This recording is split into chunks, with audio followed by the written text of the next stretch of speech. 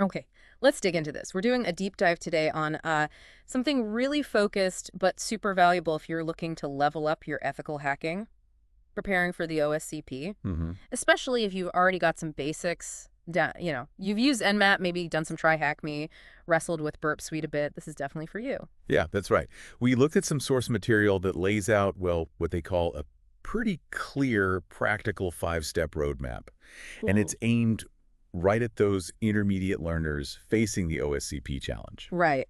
And our mission here to pull out the absolute most important actionable stuff from this roadmap. Kind of like a shortcut, yeah. Exactly. A shortcut to understanding how to prep for the OSCP effectively, maybe avoid some common traps people fall into. And the source material is honest. It says, look, the OSCP is hard. No Nope. question. Doesn't sugarcoat it. Nope. But it makes this really encouraging claim. It's 100% doable, completely achievable if you have a smart plan. And that plan is what we're diving into today. Okay, so let's jump into step one. According to this guide, this is maybe the most impactful place to start, even if it feels a bit backwards. Absolutely. The material points out this huge trap lots of people fall into, Would you? getting totally fixated on specific tools Yeah. or just trying to find the quickest exploit for whatever they see. Yeah, like hitting exploit G before you even know what the service really is. Exactly that. The core idea here, and the source really hammers this home, is that your mindset is what gets you through the OSCP, not just the tools you know. Okay, mindset over tools. You have to shift from asking, how do I run this command, to thinking, okay, what is this tool actually doing? And maybe even more importantly, how does this target system work? Thinking about the system, not just the tool hitting it, that makes a lot of sense. How does the source kind of illustrate that? Well, they use a great analogy, reading Nmap output like it's telling a story. It's not just a list of open ports. Yeah. Right? It's understanding, okay, port 22, that probably means SSH. What service is on port 80? What version is it? Does that version have known issues? You're piecing together the system's narrative from the clues. So connecting the dots, understanding the context, not just raw data. Exactly. It's about building this fundamental methodology in your head. Enumeration, gallery info, exploitation, using that info to get in, privilege escalation, going from user to admin, and cleanup, The classic cycle. right? And the source is you should constantly be asking yourself, okay, if I were the attacker, how would I actually break in here? Thinking like the adversary. Yeah. And they claim just making that mental shift puts you ahead of like 70% of other students before you even write a single line of code. Wow, 70% just from changing how you think about it. That's a big claim. It is. But it highlights the importance of strategy over just brute force tooling. Okay, so once you start, internalizing that strategic mindset, what's next? Where does the roadmap point you then? To putting that thinking into practice consistently.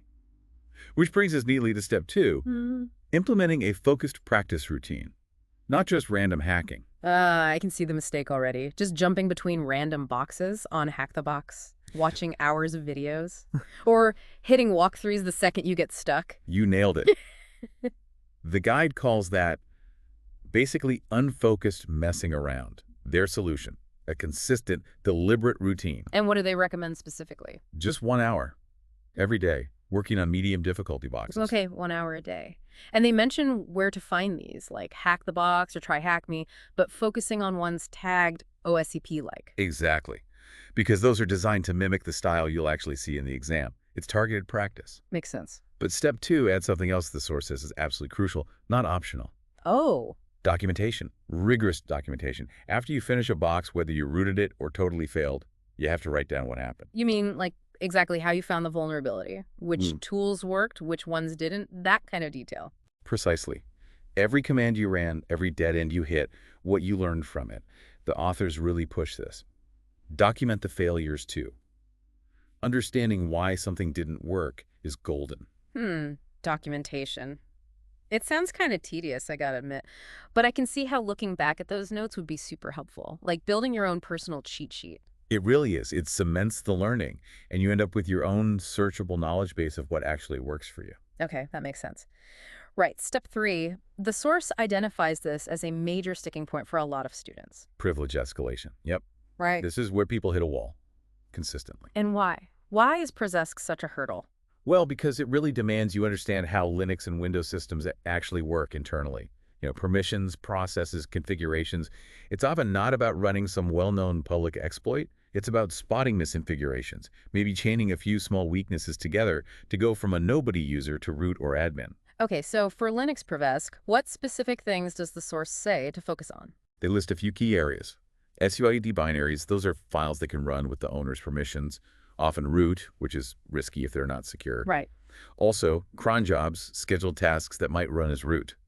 Messing with the path variable, how the system finds commands, and just plain old weak file permissions, letting you read or write things you shouldn't. So understanding those core Linux concepts, they do mention tools though, right? Like linpies. Oh yeah, tools like linpies.s are amazing. They automate checking for tons of these common Linux issues.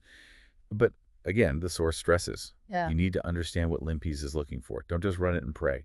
Know why a finding is important. Got it. Understand the why. And for Windows Prevesc, similar idea. What should people focus on there? Pretty similar thinking. For Windows, you need to get familiar with concepts like always install evaded. That's a policy setting that, if enabled, lets even low-priv users install stuff with high privileges.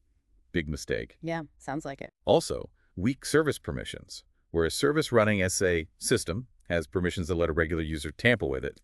And registry exploits, finding insecure settings in the Windows registry. And I assume there are tools for Windows too. Absolutely. They mention things like WinPeas, which is like the Windows version of linpeas or seatbelt or PowerUp. Same deal as Linux. These scripts find things fast, but the real learning is understanding why it's a vulnerability. Right.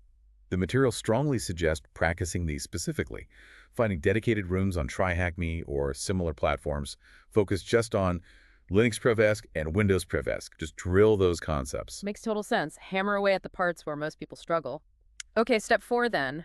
What about the official offensive security course itself, PEN 200? Yeah, they tackle this because apparently there's a common mistake here too. Students treat the course videos like it's Netflix. Just binge watching everything, trying to absorb it all at once. Exactly.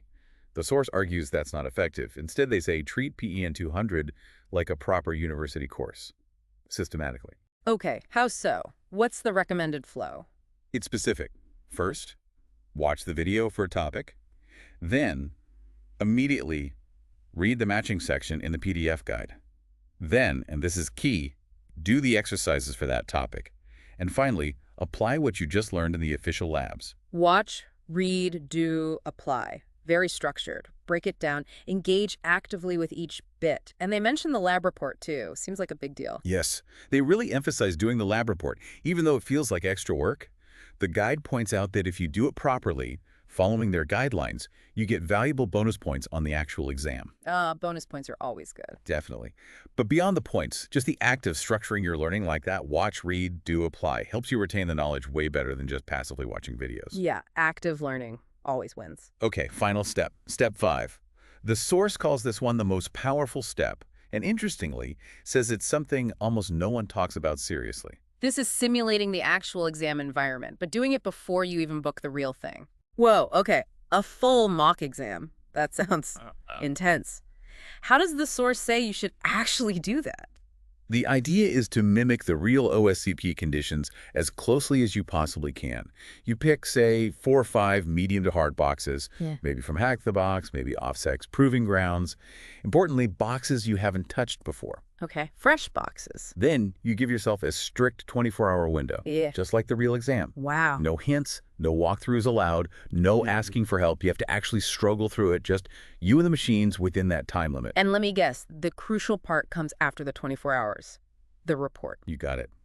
Just like the real OSCP, you then spend the next 24 hours writing a full professional penetration test report, detailing every single step, how you got access, how you escalated privileges, screenshots, everything, documenting all of it. Man, that sounds incredibly revealing, like brutally honest feedback. It is. The authors insist this practice run is invaluable. It shows you, clear as day, your specific strengths and weaknesses under pressure under that time crunch. It highlights where you slow down, what you panic about. Yeah, I can see that. And actually doing it successfully, even if it's tough, even if you only get a couple of boxes rooted in that time. It massively boosts your confidence before you face the real deal.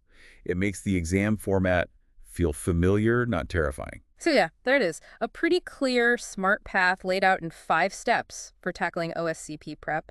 especially if you're not starting from absolute zero. That's according to the source anyway. Yeah, the guide is very clear. It's a tough certification for sure, but it's absolutely doable if you're disciplined and strategic about it. And the advice throughout seems consistent. Totally. Don't rush it. Don't panic when you get stuck, because you will get stuck. And, importantly, don't compare yourself constantly to others online. Just focus on building your skills, documenting your progress, and getting better bit by bit. And they wrap it up with that great mantra, right? Captures the whole approach. Try harder, but hack smarter. Yeah. It's not just about effort, it's about smart effort. Focus effort with real understanding. Exactly. Strategy matters. It really does sum it up. Thinking about this whole roadmap, how might applying just one of these things, like maybe really committing to that documentation habit for every tricky tech problem you solve, or actually trying that mock exam simulation report and all, how might that change how you approach learning any difficult technical skill, not just for a cert like